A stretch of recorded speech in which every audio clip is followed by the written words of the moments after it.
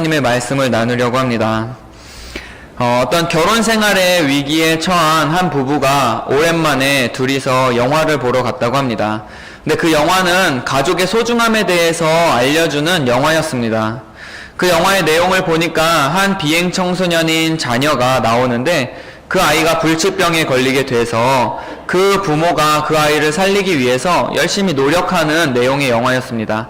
그런데 결국에는 그 불치병에 걸렸던 아이는 죽게 되고, 그렇지만 그 일들로 인해서 그 두 부부의 관계는 더욱더 끈끈해지고, 그리고 그러한 과정을 겪어가는 속에서 그 가족이 화목하게 되었다라는 내용이었습니다.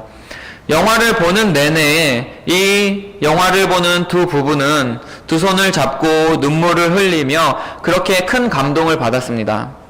그리고 영화관에 나올 때에는 두 손을 꼭 붙잡고 나왔습니다. 하지만 그 부부는 집에 돌아와서는 이전과는 똑같은 삶을 살았습니다. 남편은 여전히 술을 먹고 들어와서 밥상을 엎기도 하고, 그리고 그 아내는 다른 남자들과 시간을 보내느라 자기의 가족을 돌보지 못했습니다. 결국에 그것을 참지 못하던 아들은 가출을 했고, 결국 그 두 부부는 이혼을 하게 되었다고 합니다. 여러분, 정말 가슴 아픈 이야기일 수 없습니다. 그런데 이러한 이야기가 지금 우리 교회 안에서도 똑같이 일어나고 있다라는 것입니다. 많은 사람들이 교회에 와서 은혜 받았다라고 이야기를 하죠. 찬양 가운데에 위로를 얻고, 말씀 가운데에 도전을 받기도 하고, 또 기도할 때에 하나님이 우리에게 응답해 주시는 것을 경험했다라고 이야기를 합니다. 그럼에도 불구하고 그 은혜가 교회 안에서 머물고 만다라는 것입니다. 그것을 우리의 삶으로 연결시키려고 하는 어떠한 우리의 결단이나 실천도 없기 때문에 그렇습니다. 그러면서 이번 주에는 내가 일이 너무 많아서, 아니면 내가 너무 피곤해서, 아니면 내 기분이 좋지 않아서 라는 등 많은 핑계를 대죠. 그러다 보니 우리의 예배는 어느 순간 하나의 감동적인 쇼가 되어버리고 말았습니다. 찬양대의 아름다운 찬양이 있고, 그리고 목사님의 교훈적인 말씀이 있고, 또 성도들과 나누는 교제 가운데에 우리는 만족함을 얻기도 합니다. 그러면서 재미있는 설교를 찾아다니죠. 설교의 내용은 하나도 기억이 안 나는데 항상 그 목사님이 했던 재미있는 예화만 기억을 합니다. 그리고 스스로 만족하죠. 교회를 나가면서 뭐라고 이야기합니까? 아, 오늘 예배가 참 좋았어 라고 이야기를 하고 떠나갑니다. 여러분, 감동만 있고 그 가운데에 변화가 없는 복음은 진정한 복음이 아닙니다. 진정한 복음이 우리 가운데에 들어가면은 우리의 삶이 변화되어야 합니다. 왜 그렇죠? 복음에는 능력이 있기 때문에 그렇습니다. 오늘 제 설교가 여러분들에게 어쩌면 감동을 줄 수 없을지도 모릅니다. 하지만 그 말씀 안에 복음이 있다면 반드시 그 가운데에, 말씀 가운데에 능력이 나타날 줄로 믿습니다. 여러분, 예수님께서 이 땅에 오신 이유가 무엇입니까? 우리의 죄를 구원하시기 위해서 예수님께서는 이 땅에 오셨습니다. 성경은 우리가 모두 죄인이다라고 이야기하고 있습니다. 혹시 이 중에서 여러분 중에 죄인 아니신 분들 계신가요? 그러면은 괜찮으니까 자신있게 이 시간 한번 손을 들어보시겠어요? 아무도 없으신가요?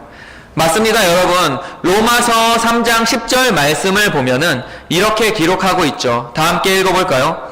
기록된 바 의인은 없나니 하나도 없으며. 여러분, 우리는 태어나면서부터 죄인의 모습으로 태어납니다. 이 세상에서 아무리 우리가 돈을 많이 벌고 좋은 집에 살고 좋은 차를 타고 다닐지라도, 행복해 보일지라도 그 사람의 결국은 죽음이고 영원한 형벌입니다. 그래서 로마서 6장 23절은 이렇게 기록하고 있습니다. 죄의 삭은 사망이요 하나님의 은사는 그리스도 예수 우리 주 안에 있는 영생이니라. 여러분, 죄의 삭이 뭐라고 이야기하고 있습니까? 사망이라고 이야기하고 있습니다. 죄로 말미암아 우리 인간들은 모두 죽게 되어 있습니다. 우리 옆에 계신 분들께 이렇게 이야기해 줄까요? 너 죽는다. 네, 좀 어감이 그러신가요? 여러분, 하지만 이것이 사실입니다. 여러분, 우리는 다 죽게 되어 있습니다. 정말로 우리는 죽습니다. 여러분이 살면 과연 몇 살까지 살 수 있을 것 같습니까? 시편 90편 10절 말씀을 보면 이렇게 기록하고 있습니다. 우리의 연수가 70이요 강건하면 80이라도 그 연수의 자랑은 수고와 슬픔뿐이요 신속히 가니 우리가 날아가나이다. 여러분, 성경이 굳이 이렇게 이야기하고 있지 않더라도 우리는 시간이 참 빠르다라는 것을 누구보다도 잘 알고 있습니다. 시간은 우리를 기다려주지 않습니다. 한 번에 훅 가죠. 여러분들, 우리가 젊었을 때를 한번 생각해 보시길 바랍니다. 우리가 더 열심히 공부했을 때도 있고 또 사랑하는 사람을 만나서 뜨겁게 사랑하던 때도 있었을 것입니다. 그 어떤 것도 다 할 수 있을 것 같았던 청년의 시절도 있었을 것입니다. 하지만 지금은 여러분들의 모습은 어떻습니까? 어느덧 시간이 흘러 누군가는 어떤 한 아이의 아버지가 되어 있고 어머니가 되어 있습니다. 그리고 어떤 분은 눈을 감았다 떴더니 그 아들이 또 결혼을 해서 손주를 안겨주고 어느새 할머니가 되어 있고 할아버지가 되어 있습니다. 여러분, 저도 오랜만에 어제 청년들과 축구 게임을 했는데 축구를 하면서 느꼈던 것이 내 몸이 예전 같지 않구나 라는 것을 느끼게 됐습니다. 얼마나 청년들이 잘 뛰던지 제가 거기서 껴서 하려고 했더니 지금도 다리에 쥐가 나서 서 있는 것조차 힘들 정도로 그런 것을 저도 느꼈습니다. 여러분, 그래서 시편의 기자는 오늘 이야기하기를 그 시간이 날아간다 라고 표현을 하고 있습니다. 그런데 여러분, 더 중요한 것은 무엇이냐 하면 죄로 인해서 우리의 육체뿐만 아니라 우리의 영혼까지도 죽게 되어 있다는 것입니다. 그것은 성경은 우리에게 둘째 사망이다 라고 표현을 하고 있습니다. 요한계시록 20장 12절에서 15절 말씀 함께 읽어볼까요? 또 내가 보니 죽은 자들이 큰 자나 작은 자나 그 보좌 앞에 서 있는데 책들이 펴있고 또 다른 책이 펴졌으니 곧 생명책이라. 죽은 자들이 자기 행위를 따라 책들에 기록된 대로 심판을 받으니 바다가 그 가운데에서 죽은 자들을 내주고 또 사망과 음부도 그 가운데에서 죽은 자들을 내주매 각 사람이 자기의 행위대로 심판을 받고 사망과 음부도 불못에 던져지니 이것은 둘째 사망 곧 불못이라. 누구든지 생명책에 기록되지 못한 자는 불못에 던져지리라.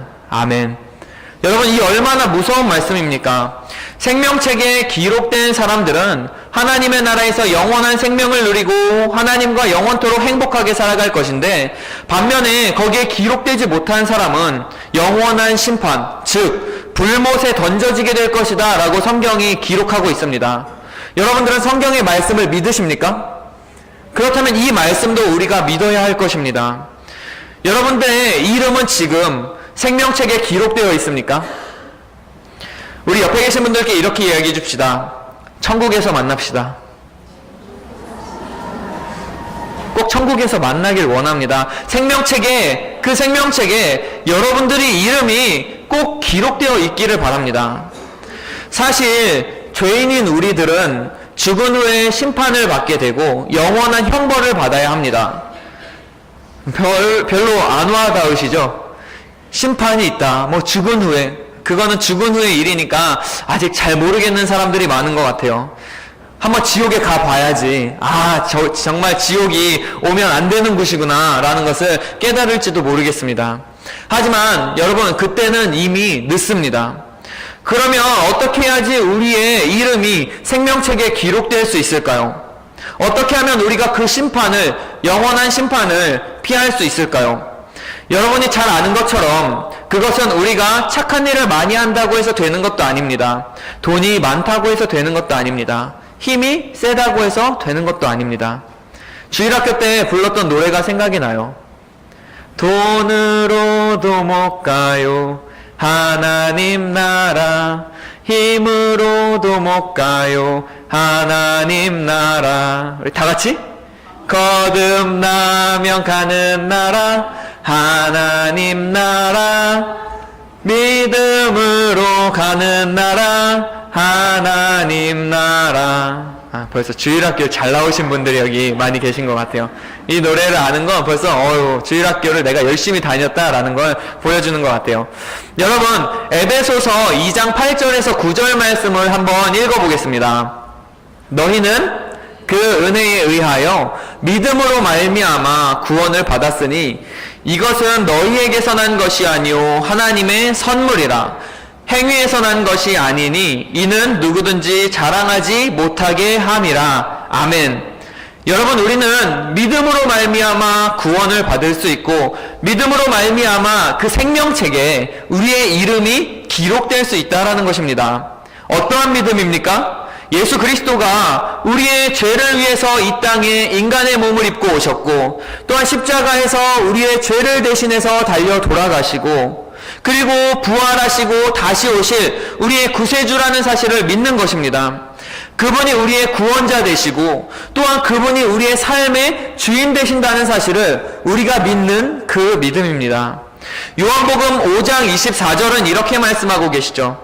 내가 진실로 너희에게 이르노니 내 말을 듣고 또 나 보내신 이를 믿는 자는 영생을 얻었고 심판에 이르지 아니하나니 사망에서 생명으로 옮겼느니라. 아멘. 즉 예수님을 믿으면 그 믿음으로 말미암아 우리는 사망에서 생명으로 옮겨질 수 있는 것입니다.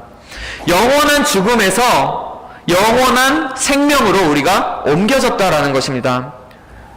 여러분, 이것이 바로 복음입니다. 복음이 무엇입니까? 굿뉴스입니다. 좋은 소식입니다. 우리가 영원한 삶을 얻고 죽음에서 생명으로 옮겨졌다는 이 사실보다 더 좋은 소식이 어디에 있겠습니까?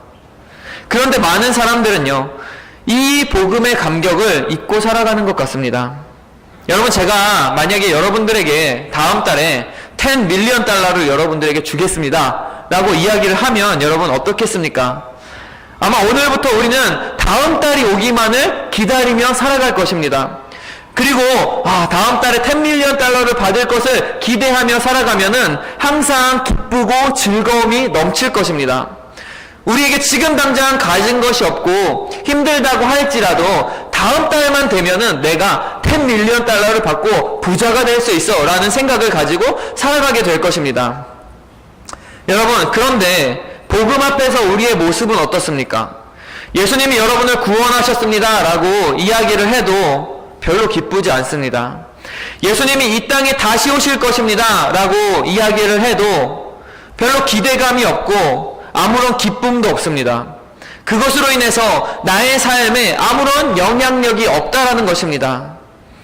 그러다 보니 어느 순간 그 복음은 우리의 삶 속에서 아무런 능력이 없는 모습으로 자리 잡아 버렸습니다. 영원한 생명이 10 밀리언 달러보다도 못하게 여겨지는 시대 가운데 우리가 살아가고 있다는 것입니다. 요즘 교회가 힘을 잃어가고 또 크리스찬들이, 진정한 크리스찬들이 사라지고 있는 이유가 무엇입니까? 그것은 참된 복음이 우리 가운데에 없기 때문에 그렇습니다. 오히려 가짜 복음이 판을 치고 있는 시대 가운데 우리는 살아가고 있습니다. 세상 사람들은 복음이 뭐라고 생각합니까? 세상 사람들이 생각하는 굿뉴스, 좋은 소식은 무엇입니까? 이 세상에서 건강하게 잘 먹고 잘 사는 것입니다.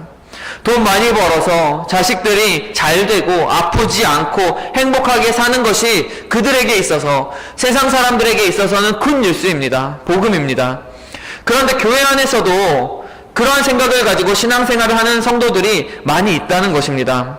끊임없이 우리는 나 자신의 이익만을 위해서, 나 자신의 유익만을 위해서 그렇게 복받기를 기도합니다. 세상 사람들이 말하는 그 복을 나도 똑같이 받기를 원합니다. 그래서 비즈니스가 잘 되기를 원하고 자신의 자녀가 잘 되기만을 원하고 그것을 위해서 기도합니다. 하나님이 그저 자기의 소원을 들어주는 그러한 램프의 요정으로만 생각되어집니다.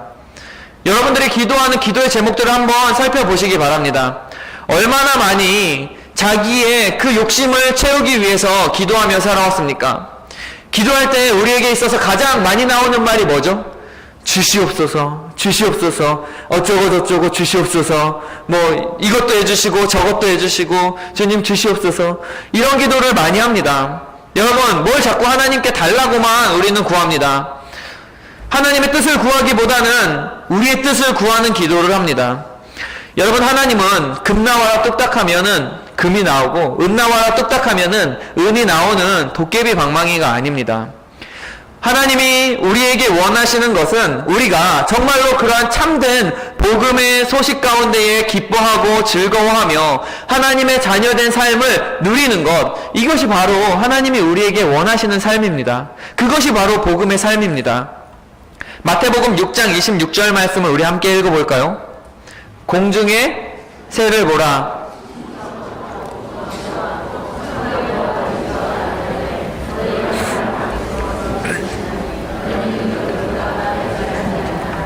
아멘. 공중의 새도 먹이시는 하나님, 그리고 들의 백합화도 입히시는 하나님께서 하물며 하나님의 자녀인 너희들이 잘못되도록 놔두시겠냐는 것이죠. 하나님의 자녀로 살아가면 하나님께서 그런 것들은 당연히 여러분들에게 채워주실 것이라고 이야기하는 것입니다. 여러분 중에서 누가 여러분의 자녀를 굶겨 죽일 부모가 어디에 있겠습니까? 여러분, 하지만 이 세상에서 우리가 이처럼 걱정 없이 살아가는 것은 2차적인 문제입니다. 두 번째 문제라는 거예요. 첫 번째 문제는 무엇입니까? 바로 예수 그리스도가 우리의 구세주 되신다는 사실이고, 또한 그분이 우리의 죄를 대신해서 십자가에 달려 돌아가셨다는 사실입니다. 그것을 믿는 것입니다. 그리고 그분과 함께 동행하는 것입니다. 그런데 우리는 죽이기 전도되어서 이러한 더 중요한 것들을 바라보지 못하고 살아갑니다. 여러분, 이것이 바로 참된 복음입니다. 어쩌면 지금 교회를 오래 다녔다고 하시는 분들은 너무나 많이 들었던 내용일 수도 있어요. 진부하게 들릴 수도 있어요. 하지만 여러분, 이것 외에는 다른 복음이 없습니다. 제가 어떤 다른 복음을 또 만들어서 여러분들에게 전해줄 수 있겠습니까? 오직 하나의 복음만을 저는 여러분들에게 전해줄 수 있을 뿐입니다. 그런데 우리가 알아야 할 것은 뭐냐 하면 이 복음에는 능력이 있다라는 사실입니다. 어떠한 능력이죠? 먼저는 죄에서부터 우리를 구원하는 능력입니다. 죄와 사망으로부터 우리를 영원한 생명으로 옮겨주는 능력입니다. 물론 이 능력은 죽어보면 우리가 더 크게 실감할 수 있겠죠. 정말로 죽음에서부터 생명으로 살리는 그 능력이 얼마나 대단한 능력입니까? 두 번째로는 그 능력은 우리가 이 세상을 살아갈 때에 삶을 변화시키는 능력을 가지고 있습니다.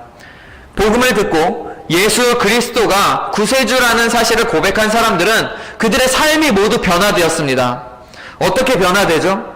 바로 하늘의 소망을 두고 살아가는 삶으로 변화됩니다. 여러분 잘 아는 바울의 모습을 한번 보십시오. 그는 예수님을 믿는 사람들을 핍박하고 그리고 그들을 잡아서 옥에 가두던 사람이었습니다. 그래서 사도 바울은 자기에 대해서 이야기하기를 나는 이전에 비방자였고 박해자였고 폭행자였다라고 이야기를 했습니다. 그랬던 그가 예수님을 만나고 어떻게 변화되었습니까? 자기의 목숨을 다해서 하나님의 복음을 전하는 그러한 복음의 증인이 되지 않았습니까? 여러분 잘 아는 삭개오 어떻습니까? 예수님을 만난 후에 자기의 소유의 절반을 팔아서 가난한 사람들에게 나누어 주겠다라고 이야기를 했습니다. 여러분 예수님의 12제자는 어떻습니까? 예수님을 만났을 때에 그들은 자기의 모든 배와 자기의 모든 가족들을 버려두고 예수님을 쫓았습니다. 그런데 우리들의 모습은 어떻습니까? 여러분 지금 변화되셨습니까? 옆에 계신 분들께 한번 물어볼까요? 변화되셨습니까? 한번 물어보세요, 여러분. 여러분은 지금 변화되셨습니까? 여러분의 인격이 변화되셨습니까? 여러분들의 삶의 가치관이 달라지셨습니까? 우리의 말과 행동이 변화됐습니까? 우리가 매주 나와서 드려지는 이 예배가 중요한 것이 아니라 우리의 삶이 그 예배를 통해서 얼마나 변화되어지고 있는가, 그것이 더욱더 중요하다는 것입니다. 나를 변화시킬 수 있는 복음은 복음이 아니다라고 어떤 선교사님께서 말씀하셨습니다. 여러분, 나조차도 변화시키지 못하는 그 복음을 우리가 어떻게 다른 사람들에게 전해줄 수 있겠습니까? 그 복음으로 말미암아 그 복음의 능력이 나에게 나타나지 않는데 내가 어떻게 그 복음을 다른 사람들에게 전해줄 수 있겠냐는 말입니다. 예수님께서 이 땅에 오셔서 하셨던 일이 무엇이죠? 바로 천국의 복음을 전해주는 것이었습니다. 그런데 성경은 그 천국을 비유할 때에 마치 밭에 감추인 보화와 같다라고 이야기를 했습니다. 그것이 얼마나 귀했는가 하면은 그 사람이 그 보화를 발견하고는 달려가서 자기의 모든 소유를 다 팔아서 그 밭을 샀다고 이야기합니다. 또 어떻습니까, 여러분? 천국은 마치 그 값비싼 진주를 발견한 장사와 같다라고 이야기했습니다. 그 비싼 진주를 발견한 그 사람은 또 달려가서 자기의 모든 소유를 팔아서 그 진주 하나를 샀습니다. 왜 그랬죠? 그것이 자기의 모든 소유보다도 더 값진 것이라는 사람을 이 사람은 알았기 때문에 그렇습니다. 여러분, 마찬가지로요, 이 복음은요, 이 세상에 무엇으로도 살 수 없는 가장 값진 보물과도 같습니다. 그런데 우리는 그 보물을 얼마나 하찮게 여기고 있습니까? 그 보물을 우리는 얼마나 생각하지 않고 살아갑니까? 그렇기 때문에 그 복음을 발견한 사람은 무슨 수를 써서라도 내 삶 가운데 있어서 그 복음을 지키려고 할 것입니다. 그리고 그것에 소망을 두고 살아가겠죠. 천국에 소망을 두고 살아갈 수 있는 여러분들이 되시기를 바랍니다. 제가 한국에 있을 때에 한창 미국에 이제 유학을 준비하려고 했던 때가 있었습니다. 지금은 물론 여기 캐나다에 와 있지만 그것도 뭐 하나님의 다 계획하심과 섭리 가운데 이루어졌을 줄로 믿습니다. 그런데 그때에 저희가 이제 결혼을 한 지 얼마 안 돼서 신혼집을 차리는데, 신혼집을 구할 때 생각했던 것이 무엇이냐 하면, 우리가 되도록이면 큰 가구나 가전제품은 사지 말자라고 이야기했습니다. 사모님이 많이 좋아했었겠죠. 원래 보통 이제 집안에 들어가는 큰 가구나 냉장고 뭐 이런 건 한국에선 보통 여자들이 해오거든요. 근데 우리가 그런 것들은 하지 말고 간소하게 하자라고 이야기를 해서 저희는 오피스텔에 들어갔습니다. 오피스텔에 가면은 뭐 냉장고도 딸려있고 세탁기도 있고 그렇기 때문에 우리가 이동하기도 나중에 혹시라도 우리가 미국에 유학을 가게 된다면 우리가 그런 것들을 처분하는데도 조금 쉽지 않을까라는 생각에서 저희가 오피스텔에 갔습니다. 그런데 여러분, 다른 집을 가보면, 다른 신혼집을 가보면 그 집은 휘황찬란하게 뭐 그 당시에 한국에서 유행하던 지펠 냉장고 혹시 아시나요? 들어는 보셨나요? 그 문이 두 쪽으로 열리는 큰 냉장고가 있어요. 그런 냉장고를 갖다 놓기도 하고 최신식 드럼 세탁기를 집에다가 비치해 놓기도 합니다. 신혼살림이라고 해서 여러분 좋은 것들을 다 갖다 놨어요. 옷장도 무슨 붙박이장이라고 해서 벽에다 딱 붙여놓고 이렇게 크게 만들어 놓고. 근데 여러분, 저희가 그 집에 가서 그런 것들을 봤을 때에 부러웠을까요? 그런 것들을 보면서 아, 난 참 불행해. 나는 지펠 그 냉장고도 없고 기도 없으니까 나는 참 불행해 라고 생각했을까요? 아니죠. 저희에게는 미국 유학이라는 소망이 있었기 때문에 그런 것들에 대해서 자유했다는 것입니다. 자유했어요. 우리의 인생은 나그네 길이라고 이야기를 합니다. 그래서 여러분 이런 노래도 있죠. 인생은 나그네 길 어디로 왔다가, 청년들은 잘 모르는 것 같은데 뭐 흘러간 옛 노래 중에 그런 노래도 있죠. 여러분, 어디로 갈지 모르는 그것이 바로 우리의 인생 아니겠습니까? 여러분, 뭐 기회가 되면 저희 집에 와보시면 아시겠지만 지금도 저희는 정말 최소한의 것들만 가지고 살아가고 있습니다. 지난주 토요일에 저희가 이제 집을 이사를 했습니다. 이사를 하는데 그때 이제 청년 몇 명들이 와서 도와줬는데, 도와줄 때 뭐 한 4명인가가 같이 이제 짐을 날르는데 한 3시간 만에 짐을 다 날랐어요. 짐도 다 날르고 그 안에서 짐도 다 정리를 했어요. 여러분, 얼마나 짐이 없는지 아시겠죠? 저희 집에 가면은 안방에 침대 하나 있고, 그리고 서랍장 하나, 그리고 거실에는 누가 주신 테이블, 그리고 누가 또 주신 접이식 소파인가요? 그 접이식 소파, 그렇게 딸랑 있습니다. 나머지는 뭐 저희 입을 옷들, 이런 것들이에요. 여러분, 짐이 많으면 많을수록 우리는 거기에 대해서 더 집착하게 되어집니다. 얽매이게 돼요. 삶이 복잡해진다는 것입니다. 복음이 우리에게 자유하라라고 말씀하시는데 우리는 계속해서 그러한 세상의 것들에 눈을 돌리고 살아가다 보면은 오히려 삶이 복잡해지는 것입니다. 여러분 혹시 마크 주커버그라는 사람 아십니까? 페이스북을 만든 사람이에요. 페이스북 혹시 다들 하시나요? 그 페이스북을 만들어서 어마어마한 돈을 번 사람이에요. 그래서 이번에 이 사람이 또 자기의 페이스북에 그 지분, 자기가 가지고 있는 그 주식의 99%를 내가 기부하겠다라고 이야기를 해서 많은 사람들을 놀라게 했는데요. 그 재산이 무려 450억 달러나 된다고 합니다. 우리나라 돈으로 따지면 52조 원이 돼요. 그 돈을 기부하겠다고 이야기를 했어요. 그렇게 돈이 많은 부자임에도 이 사람을 보면은요, 항상 여러분 혹시 보셨나요? 인터넷 기사 보시면 이 사람이 입고 있는 옷을 보면은 항상 회색 반팔 라운드 티를 입고 다녀요. 그냥 회색 반팔 티 하나 걸치고 다니는 거예요. 그래서 어느 날 한 강연에서 학생이 이렇게 질문을 합니다. 왜 당신은 항상 똑같은 옷을 입고 다닙니까? 그 옷 혹시 한 벌밖에 없는 것 아닙니까? 빨아는 입으십니까? 뭐 이런 식으로 질문을 했다고 해요.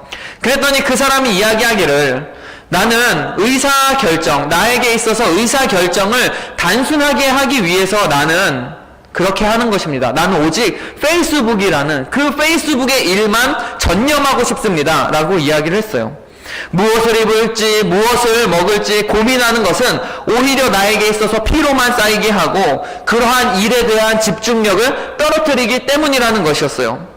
여러분 마태복음 6장 31절 말씀은 우리가 너무나 잘 아는 말씀이죠. 우리 한번 읽어볼까요? 그러므로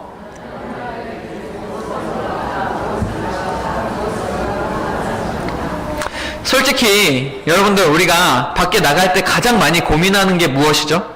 특히 여자분들 오늘 뭐 입지? 많이 고민하시죠? 그래서 옷장에서 옷을 꺼내서 입어봤다가도 이게 조금 나의 컨셉에 맞지 않으면 이건 아닌 것 같아 라고 하고 다시 벗고 또 다른 옷으로 갈아입습니다. 이것을 몇 번 하다 보면은 패션쇼가 되죠. 그러면서 이제 옆에 있는 남편에게 이거 어울려? 항상 물어봐요. 이거 어때? 라고 물어봐요. 그러다가 이제 남편이 시큰둥하게 대답하면 뭐 싸움이 나기도 하고 그런 일들이 벌어지는데요. 여러분 옆에 계신 분들 한번 보세요. 오늘 예쁘게 하고 오셨는데 그리고 이렇게 한번 이야기해 줍시다. 당신은 한번 해주세요. 당신은 아무거나 걸쳐도 아름답습니다. 뭐 여러분들 혹시 패와널이라는 얘기 들어보셨나요? 패션의 얼굴은 패션의 완성은 얼굴이다. 네, 여기 다들 미모나 외모가 다 출중하신 분들만 계셔서 아무거나 걸쳐도 여러분 우리는 아름답습니다. 우리가 예수님께 집중하지 못하는 이유는 바로 이 세상에 너무 많은 것들에 대해서 신경 쓰고 살아가기 때문에 그렇습니다. 여러분 삶을 단순화시키시기를 바랍니다. 오직 복음에 집중하는 여러분들이 되시기를 바랍니다. 그럼 그 가운데에 우리의 삶 가운데에 자유함이 있을 것입니다. 고린도후서 3장 17절은 이렇게 말씀하고 계십니다. 주는 영이시니 주의 영이 계신 곳에는 자유가 있느니라. 아멘. 우리는 주님으로 말미암아 이 세상에서 자유를 누리고 살아갈 수 있게 된 것입니다. 여러분 혹시 삶이 고단하고 어려우십니까? 어떻게 살아가야 할지 막막하고 두려우십니까? 자꾸 시간이 갈수록 고민이 많아지고 일이 많아지십니까? 여러분 그 많은 짐들을 나 혼자 짊어지고 가려고 하지 마시기 바랍니다. 그 모든 짐들을 이 시간 하나님의 십자가 앞에 내려놓는 여러분들 되시기 바랍니다. 그리고 어떻게 하면 우리가 평안히 살아갈 수 있을지, 이 세상을 살아갈 때에 기쁨과 자유함을 가지고 살아갈 수 있을지 고민해보는 여러분들이 되시길 바랍니다. 그렇다면 우리가 가장 먼저 해야 될 일은 무엇일까요? 바로 진짜 복음을 경험하는 것입니다. 정말로 그 복음을 우리가 경험하게 되면은 우리의 삶이 기쁨과 감사함으로 넘치게 될 것입니다. 여러분 제가 바라는 것은 결코 이 복음을 gat비싼 예수 그리스도께서 그 생명으로 주고 사신 이 복음을 값싼 복음으로 만들지 마시길 바랍니다. 이 복음은 우리의 믿음의 조상들이 목숨을 걸고 지키려던 것들이었습니다. 세상에 자기 목숨보다 소중한 것이 어디에 있었겠습니까? 하지만 우리의 믿음의 조상들은 이 복음을 지키기 위해서, 그리고 이 복음을 우리의 후손들에게 전하기 위해서, 다른 사람들에게 전하기 위해서 자기의 목숨을 버리면서까지 복음을 전해왔습니다. 우리가 지금 이렇게 편안하게 예수 믿을 수 있는 것도 바로 그 믿음의 조상들이 우리 가운데에 있었기 때문에 그런다는 것을 여러분들 기억하시기를 바랍니다. 그것은 예수 그리스도가 피값 주고 사신 복음입니다. 우리의 믿음의 조상들이 피값 주고 우리에게 전해준 복음입니다. 그 얼마나 값비싼 복음입니까? 저는 여러분들이 그래서 오늘 다시 한번 이 복음의 감격 가운데에 들어오시기를 초청합니다. 처음 예수님을 만났을 때의 그 감격, 혹시 아직까지 예수님을 만나지 못하신 분이 계신다면 이 시간 기도하기 원합니다. 예수님 내 마음에 들어와 주시고 정말로 그 복음을 믿을 수 있는 믿음을 나에게도 허락하여 주시옵소서. 기도하시길 바랍니다. 말씀을 정리하도록 하겠습니다. 여러분, 가짜 복음에 속지 마시기를 바랍니다. 나의 마음을 편안하게 해주고 또 듣기 좋은 말을 해주고 내가 원하는 것들을 이루어주는 것은 진짜 복음이 아닙니다. 진짜 복음은 때로는 나의 마음을 불편하게 합니다. 내가 잘못하고 있는 것이 있다면 나를 회개하라고 이야기합니다. 나의 뜻을 이루며 살아가는 것이 아니라 하나님의 뜻을 이루며 살아가라고 이야기를 합니다. 우리에게 있어서 한 가지 복음은 바로 예수 그리스도가 이 땅에 오셔서 우리를 위해 죽으시고 우리의 죄를 사하여 주시고 우리를 영원한 사망에서 영원한 생명으로 옮겨주셨다는 것, 이것만이 우리의 진정한 복음임을 기억하시길 바랍니다. 그리고 그 감격을 회복하는 여러분들이 되시기를 바랍니다. 그래서 예수님께서 여러분들을 구원하셨습니다 라는 말을 들으면 정말로 마음 기쁜 곳에서부터 감사함과 기쁨이 솟아나오는 여러분 되시기를 바랍니다. 그리고 예수님 다시 오실 것입니다, 여러분들을 위해서 그 천국을 준비해 놓으셨습니다 라고 이야기할 때에 우리 마음 가운데 그 무엇보다도 기쁨과 그리고 기대감이 흘러나오는 여러분들의 삶이 되시기를 바랍니다. 그리고 두 번째로 여러분들, 복음에는 우리의 삶을 변화시키는 능력이 있다는 것을 기억하며 살아가시기를 바랍니다. 믿으시길 바랍니다. 복음은 우리의 인격을 변화시킬 수 있습니다. 말과 행동, 그리고 심지어는 우리의 삶의 가치관까지도 변화시킬 수 있는 능력이 우리의 복음 가운데에 있습니다. 그리고 그 복음에 우리가 집중할 때에 우리는 이 세상에서, 삶에서 자유함을 누리며 살아갈 수 있게 될 것입니다. 아직 복음을 경험하지 못하신 분이 계십니까? 예수님께서 말씀하십니다. 요한계시록 3장 20절입니다. 볼지어다 내가 문 밖에 서서 두드리노니 누구든지 내 음성을 듣고 문을 열면 내가 그에게로 들어가 그와 더불어 먹고 그는 나와 더불어 먹으리라. 아멘. 오늘 그 하나님을 마음 깊은 곳에 모셔드리는 여러분 되시길 바랍니다. 시간 함께 기도하겠습니다. 하나님 감사합니다. 우리는 어쩌면